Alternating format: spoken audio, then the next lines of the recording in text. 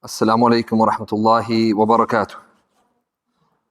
Bismillahir Rahmanir Rahim. It's always a pleasure to be here at the Heritage Center. Subhanallah, those stairs have taken my breath. I'm getting unfit.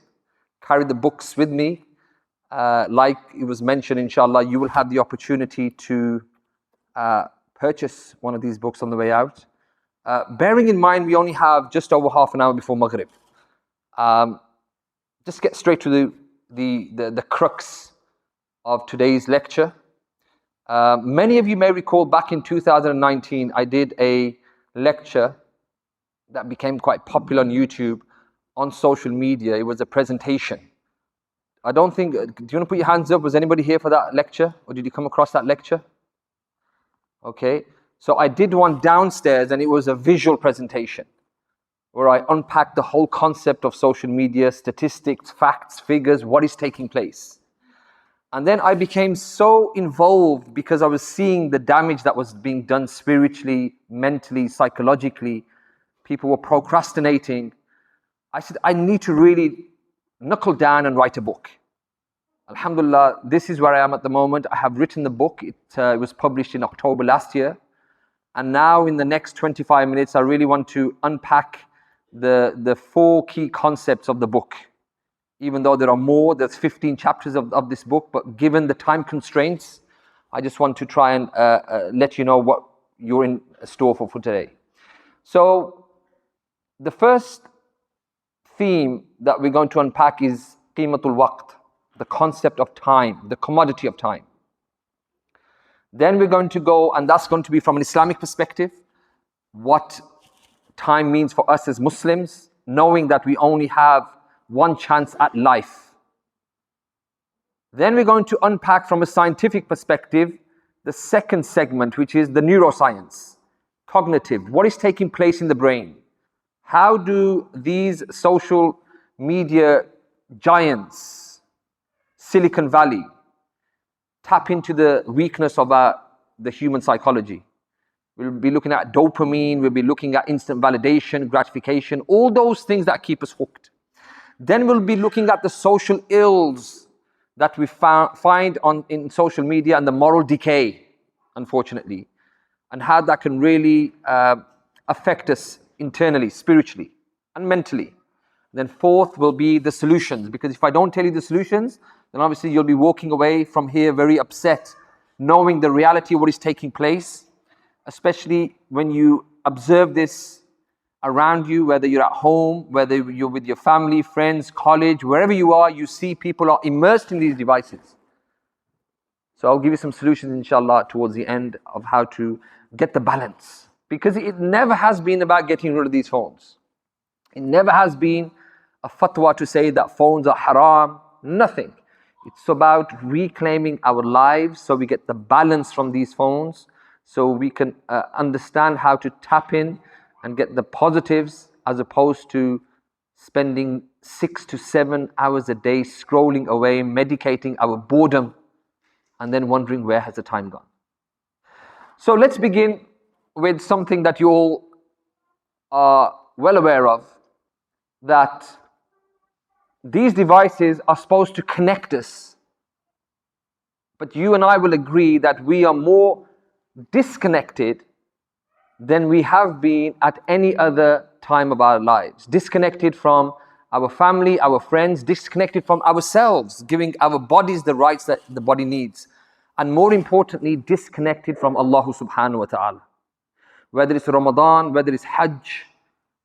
20 years ago, 2 decades ago, people were immersed in the rituals of Hajj, wearing the ihram. You go to Mina, everyone is saying, they're doing their adhkar, reading the Quran. All you hear is the tilawat of the Quran. Now you see people are just finding their little slots to sit down and watch YouTube videos, whatever else that they are busying themselves with. Let's really focus on the first one now, qimatul waqt, the first theme that we are all measured by. Every one of us sitting here, the clock, the stopwatch, the timer is ticking away. And Allah subhanahu wa ta'ala he focuses our attention towards the gravity of the situation on the Day of Judgment in Surah Al-Anbiya, where Allah subhanahu wa ta'ala mentions اقترب للناس حسابهم وهم في غفلة معرضون. The day of reckoning is getting near and near and near, yet mankind is what? Ghafil, preoccupied, distracted. Before it was a different type of distraction, now it's digital distraction.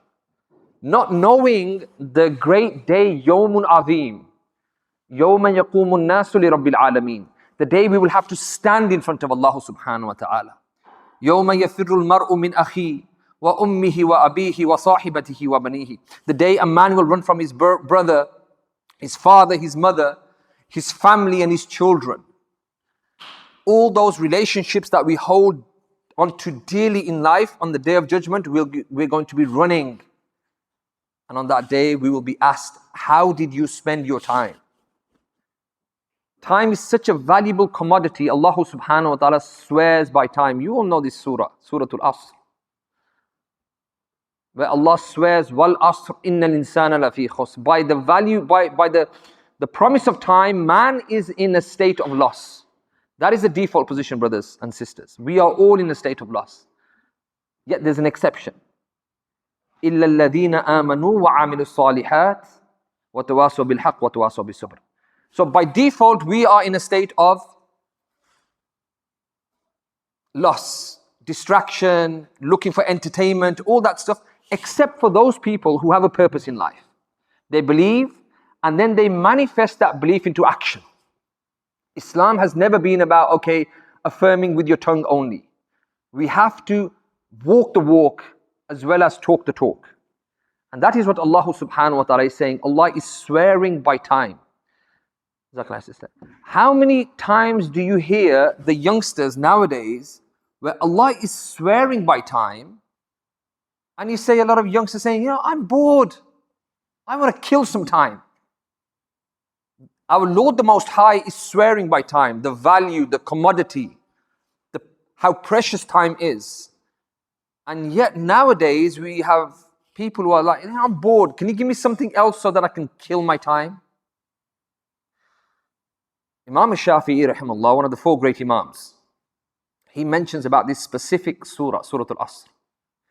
He said, if only this one surah was revealed, not the entirety of the Quran, not the 30 ajza, the 30 chapters, the Makki surahs, the Madani surahs, the ahkam, the rulings, the regulations, only this one surah was revealed, Surah Al-Asr. This would have been sufficient for mankind to understand, like a roadmap, where I'm going in life. That's it.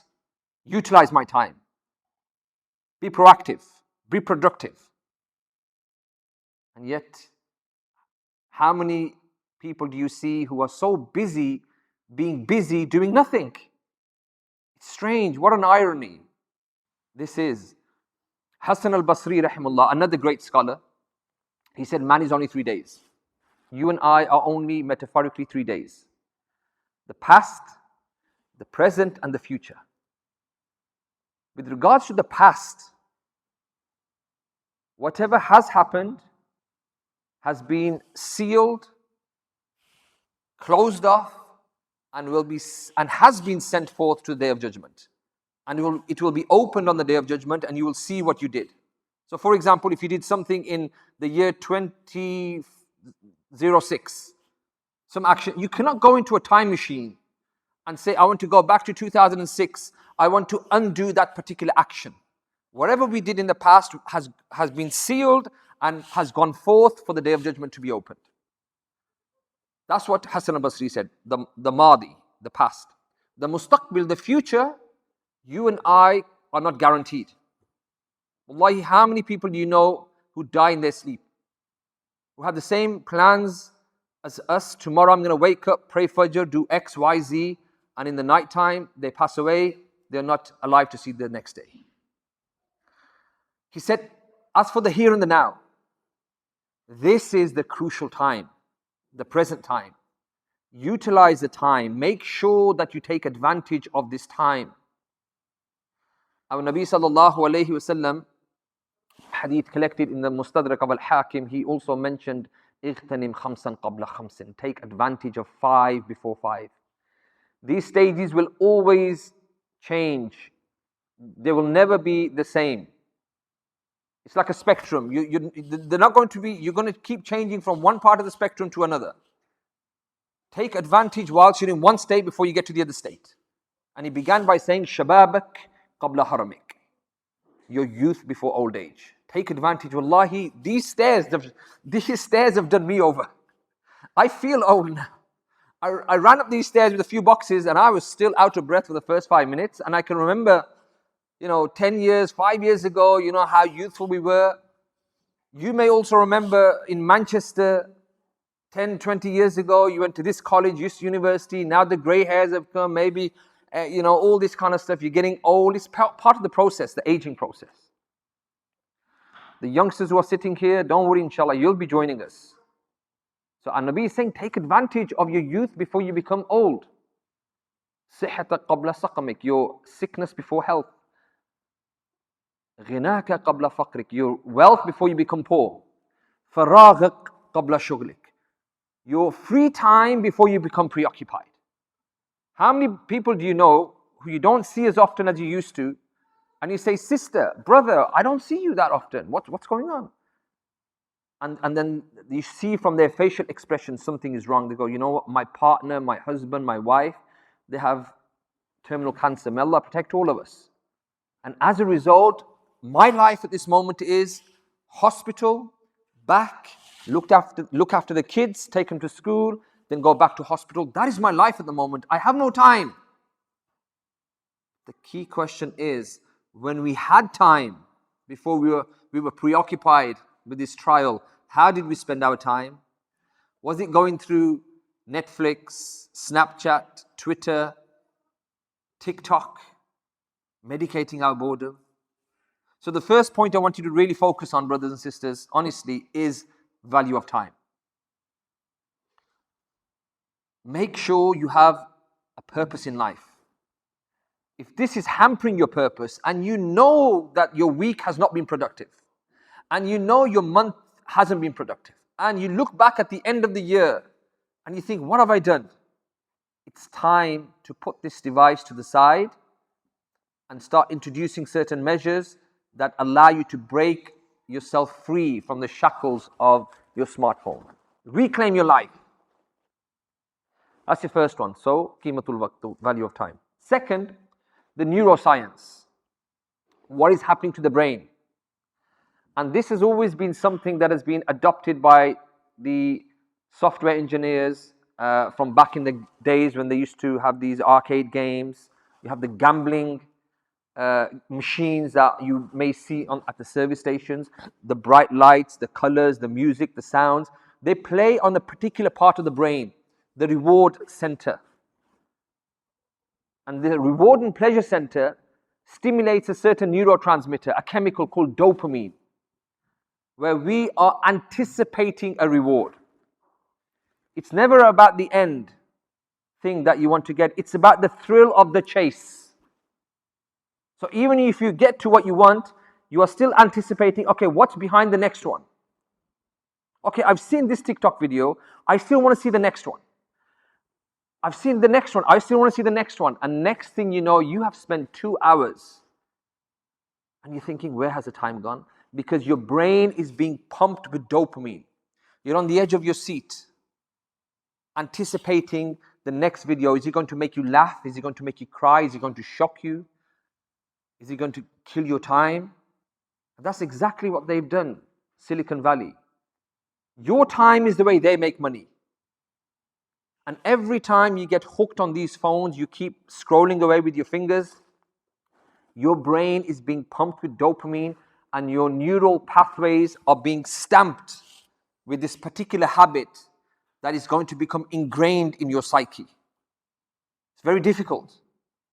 We all become like junkies and drug addicts who find it difficult as soon as we come off the drug temporarily, we have to revert back because our body is getting what? Withdrawal symptoms. So this is exactly how they've done it. And there's a very famous article by back in around 2005 or probably later, Sean Parker who was the founding president of Facebook, not Zuckerberg. And he left after some time. He left Facebook, and he said, "It's simple. The way we tap in and hook you is that we focus on the vulnerability in the human psychology. We've done everything to make sure that we tap into that dopamine and that weak part. So even from the color, the red color, the notification, they've selected that red color because they know the human brain, the stimuli, the eyes, the senses, they will be more attracted to the color red than a green notification or a yellow notification or a white notification. It's the red that dials you in. Once they get you in, and then you get your videos, you get your validation. Every time you post something, your friends engage with you. MashaAllah, Brother Waseem, that's a great car, house, XYZ, whatever you want to portray. You are being pumped with what? Dopamine. You enjoy that validation. You enjoy the praise. So you're looking for any opportunity to showcase and present a polished persona of yourself.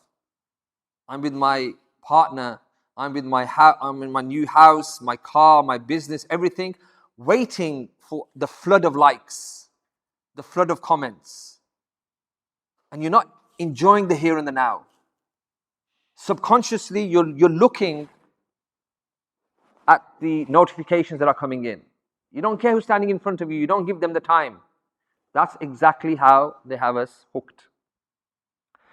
And the key question is, now that we know this, are we able to resist this temptation that we have for instant praise, instant validation, instant gratification, knowing that it is detrimental to our focus, our productivity, detrimental to our self-worth, because our self-worth now is a carefully curated, polished persona that we display to the world that is counter to what we normally are like. It's false. And you've seen many influencers who open up later when they come out with it, when they have this, they crash. After a few years, and they go, we were living fake lives. Everything was carefully polished, and we just couldn't sleep at night. And now we've taken a break from social media. We feel liberated. We actually feel that we can enjoy the moment.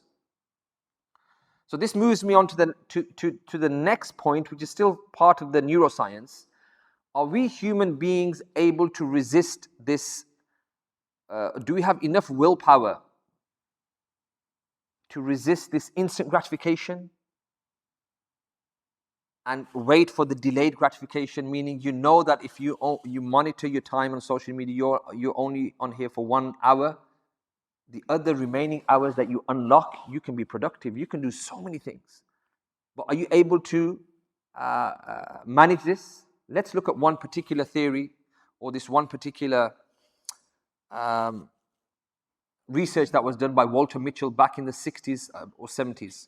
It's called the marshmallow theory, where he wanted to know whether the human being, especially children, are able to resist the immediate temptation for the long-term reward. The immediate reward for the long-term reward. So he took them to a particular laboratory, a school setting, where there were rooms that they were isolated. Each room was big enough for one child, and he had a table, and in front of the child he placed a plate of marshmallows.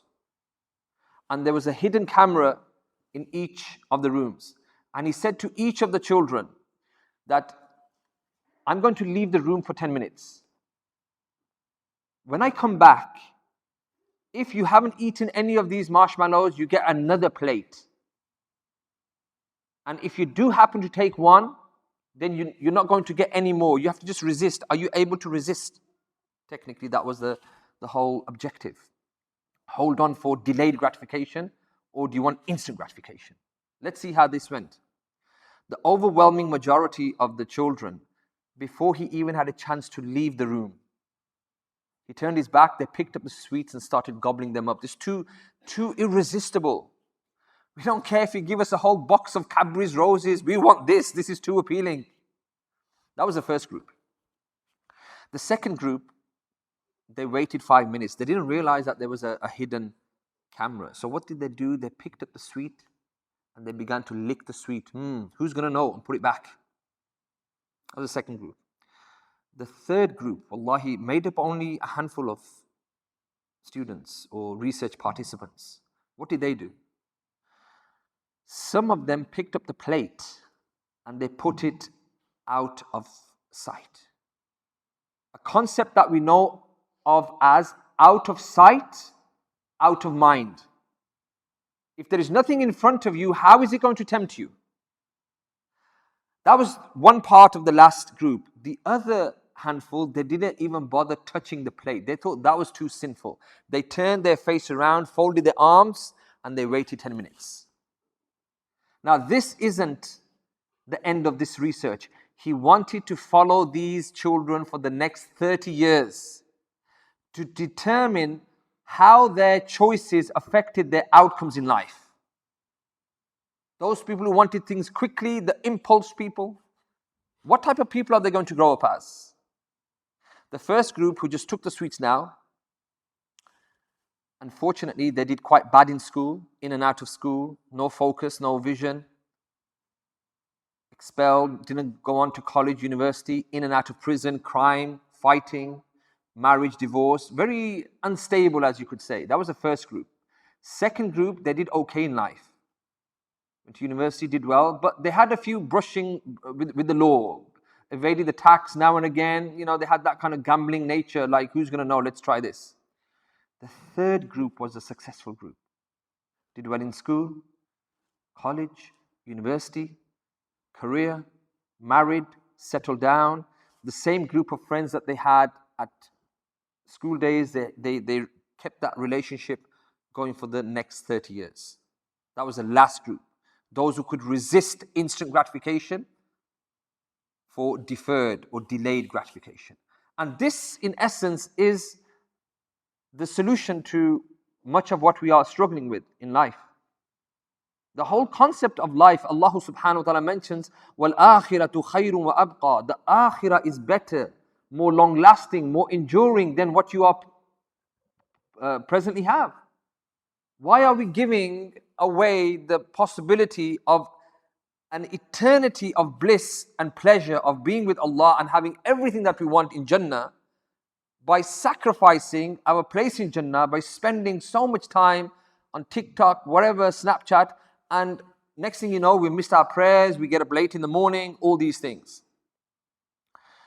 And also, before we go to the next segment, the third one, anxiety and depression. I've got close to 70 references in this book from scientific articles about how this is affecting especially the youngsters, the teenagers, psychologically.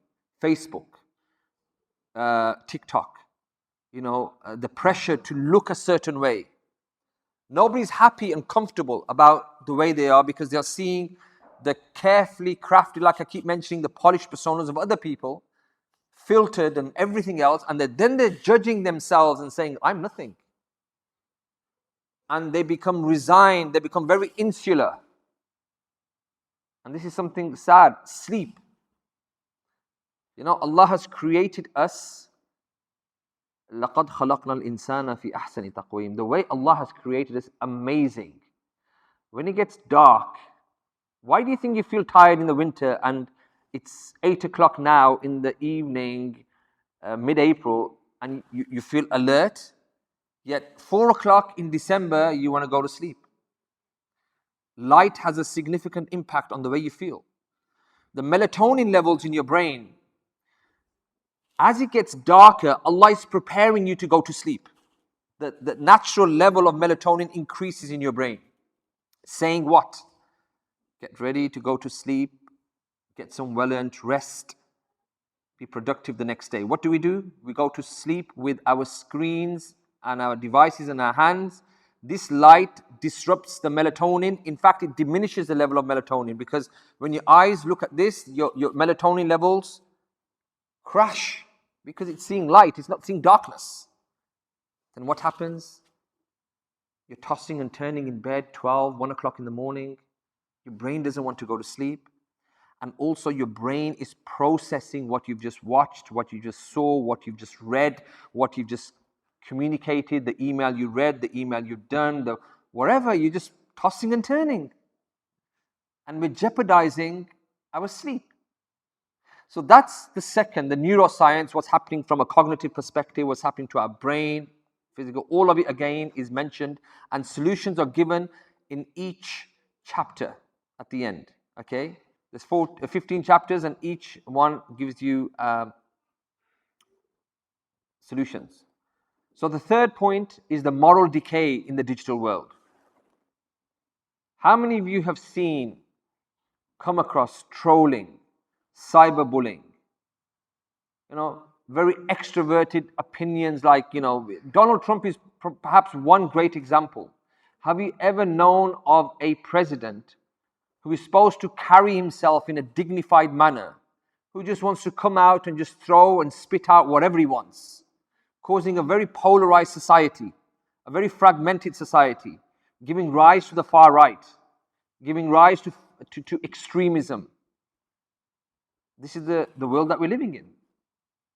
Cyberbullying, trolling. One example that I present here is, especially when it comes to the youngsters, youngsters are very vulnerable because it's an age that youngsters go through where they don't have the life skills, they haven't navigated, they haven't got to an age where they know what's right and wrong. And one particular incident that's mentioned in this book is of a girl who's 14 years of age. And she begins an online communication with somebody from the opposite gender. Because this is another thing, as parents, as gatekeepers, it's our responsibility to try and have certain safeguarding measures to know who are your children engaged with, who are they talking to. And so she begins this kind of correspondence until the person, and feelings and all that kind of stuff, and then he takes indecent images of her, tells her she feels weak, she gives, and the next thing he says, look, I'm not this person you thought I was from across the world, I'm from your school, I've got what I needed. And then he begins to showcase and share this across the school.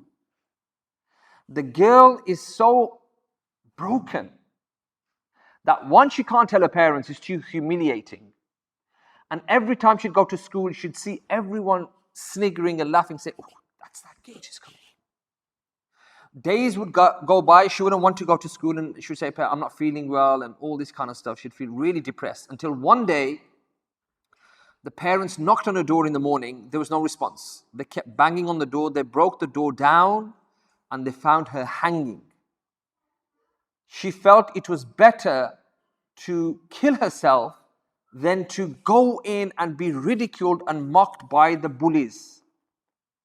You see, bullies have always existed. You had the playground bully that everyone used to avoid. Don't go near that guy, he's gonna... But when it comes to cyberbullying, you can't stay away. People are ruthless, and that's what we're seeing. We're seeing trolling, cyberbullying. Then we're seeing online debates. You tell me, in the world that we're living in, where Islam is being attacked, Muslims are being killed, and still you have people who are going on YouTube saying we are Muslims, and they are debating fellow Muslims, and they are going all guns blazing, and then we expect non-Muslims to follow Islam. All they do is they go on YouTube, they see one of these debates that has generated 1 million views, and they say, hang on a minute.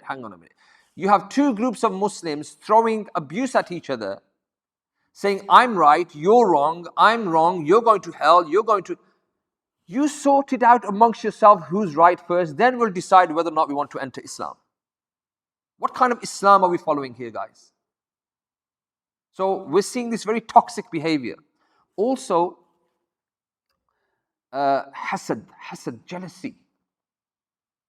There are papers that testify the fact that the more you post online, the more people envy you.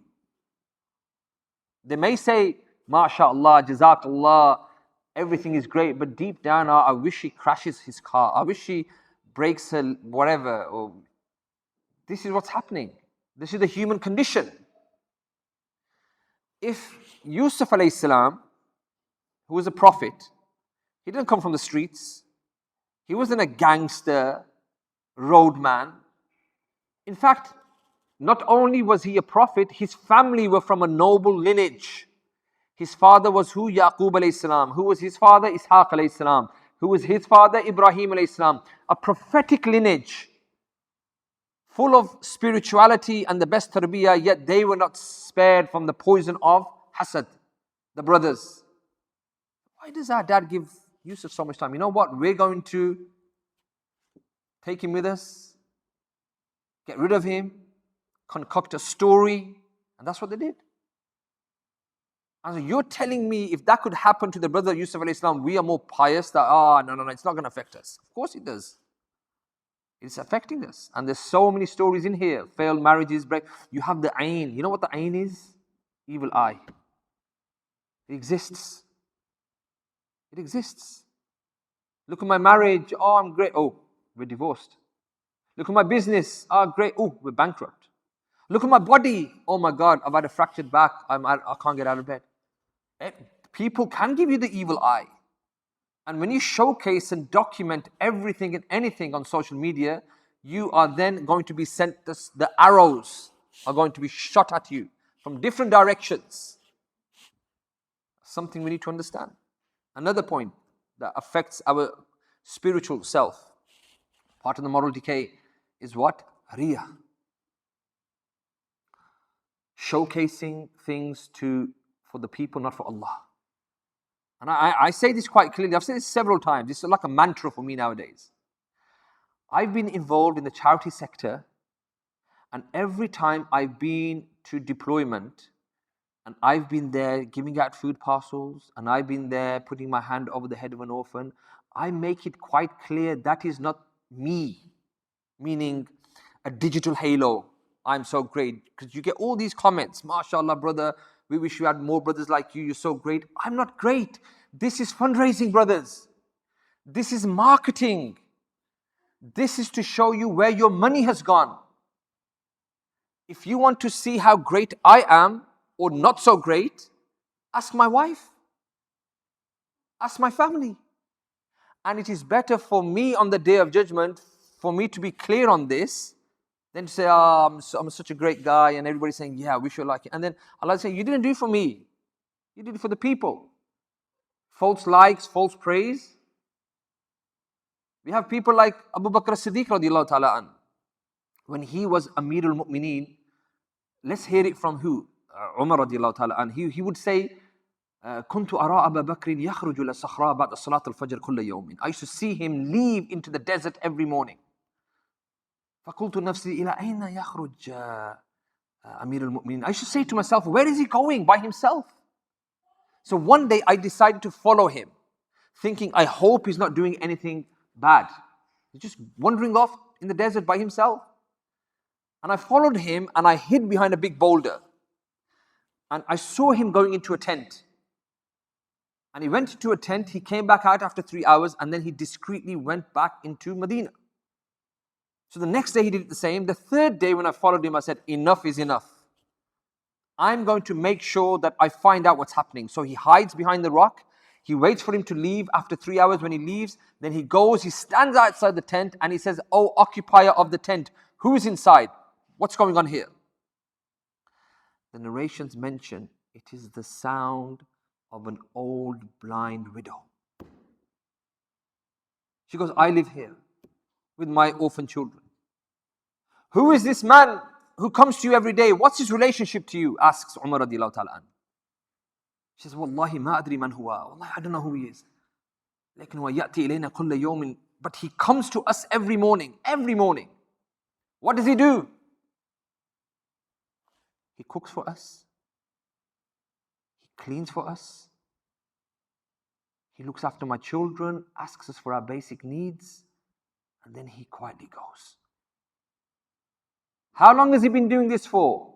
Wallahi munzu waqt taweel, since a long time. Does he ask you for a wage? Nothing. We've got no money. How can we give him anything? He says, Wallahi Abu Bakr, you have surpassed us today. And look at us. We may go past a beggar on the streets of Manchester who says, can you give me £1? And we say, yeah, let me buy you something. But before I buy you something, you okay if I take a selfie? And you get all these, mashallah, brother, we wish you had more people like you helping the poor and the needy. Where's our هل لك سر عند الله بينك وبين الله? Do you have a secret between you and Allah? Just between you and Allah? We don't nowadays. It's all on social media. Quick to get the false praise. Come on, give it to me. On the day of judgment, Allah subhanahu wa ta'ala mentions, is the explicit hadith. Go and get your reward from the person that you did that act for. You certainly did not do it for me. Who are we going to get our reward from? Are they able to give us Jannah and Jahannam, the people we do it for? So this is what we are seeing. May Allah protect us all. And then we come towards the end now. The last one. How long do we have? Sheikh, how long do we have? 5 minutes, okay? So some of the solutions now. Again, the book has everything in it. 15 chapters, over 200 pages. Actionable strategies, okay? The last one is, okay, firstly, a paradigm shift. Really recalibrate our brains. What's our purpose in life? Where are you going? فَأَيْنَ تَذْهَبُونَ? Where am I going? And how does this help you on the journey towards Allah? How does this help you? So once we've had that paradigm shift, once we really recalibrated everything and said, Wallahi, I'm going to do everything to focus and have a vision, to balance my time, to prepare myself for the akhirah, then what we do is that we start introducing certain things to help us break free from the shackles of social media or smartphones. And the first thing is just a simple thing.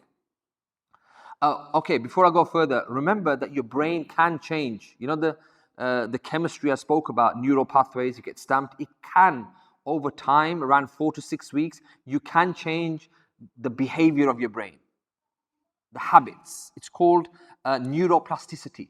Wallahi, this is the way Allah has made us. Your brain can and go back to default position. It takes you 4 to 6 weeks. Slowly wean off social media. How do you do that? You've got some great apps that you can download. App Block is one, for example. You have a password. You have that you cannot bypass, because you give the password to who? Your nearest and dearest. If you're a child, you give it to your mother. Husband gives it to wife gives it to husband. And you say, okay, Facebook only going to be 30 minutes a day. You put it into the settings.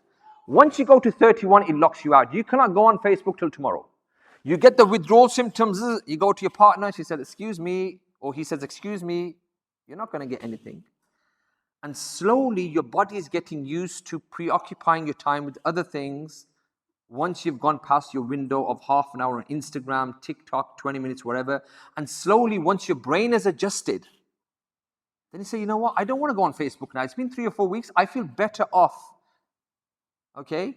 Another thing that you can do is replace that chemistry of the brain by doing things such as exercise, releasing endorphins that make you feel good. Dopamine makes you feel good without doing anything. That's the brain. It's lazy. Brain is lazy. It wants the easy option. And once you do things such as exercise, you sweat out, you're going to feel amazing. Then you are also building your physical, your mental, everything, resilience, and you're feeling good about yourself, and you're releasing endorphins as well. Replace these digital behaviors with physical activity, or start a new habit, or do something that's going to preoccupy your time. Outdoor walks, amazing. Keep your phones in the car, go somewhere. Yorkshire, Lake District, greenery, the hills, the mountains, the streams. This is perhaps one of the reasons why many of the Anbiya were what? Businessmen, meaning were they on the stock exchange? No, they were shepherds. It gives you time to go up into the rural settings. Think about your life. Tadabbar, tafakkar. Where are you going? Ponder the creation. And when you ponder the creation, you realize who the creator is. You will certainly not get that in the hustle bustle of Piccadilly Centre. Music and buzz and everything, you cannot. But once you disconnect and you go up into the quiet hills and the rural settings, alhamdulillah, subhanallah, go with your family, digital detox. Some people, 2 more quick ones, dumb phone.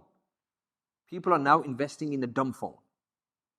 Dumb phone is like £100 basic phone, has no The smartphone features just has basic SMS and a phone, because we all need phones. Yeah? Communicate, okay, come home, SMS. You don't need WhatsApp or whatever. When you come home, you can activate it. When you've had a great productive day, then you can go on it for an hour, but you've spent the bulk of your day with a dumb phone, which you put on your office, and you're working, email, reports, whatever you're doing, and when you look at it, you think, what am I going to do with this? Put it back.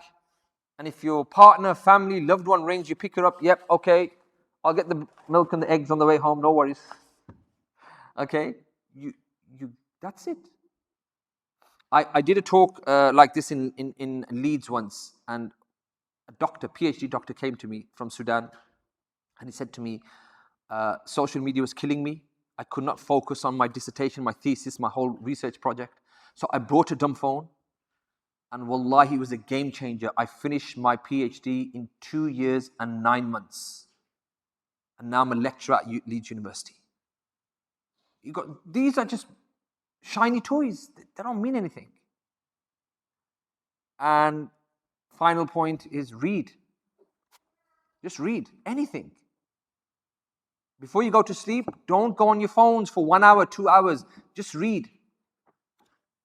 And it stimulates the brain, it develops muscles, your focus, concentration, learning, literally all those things are activated, and you feel great.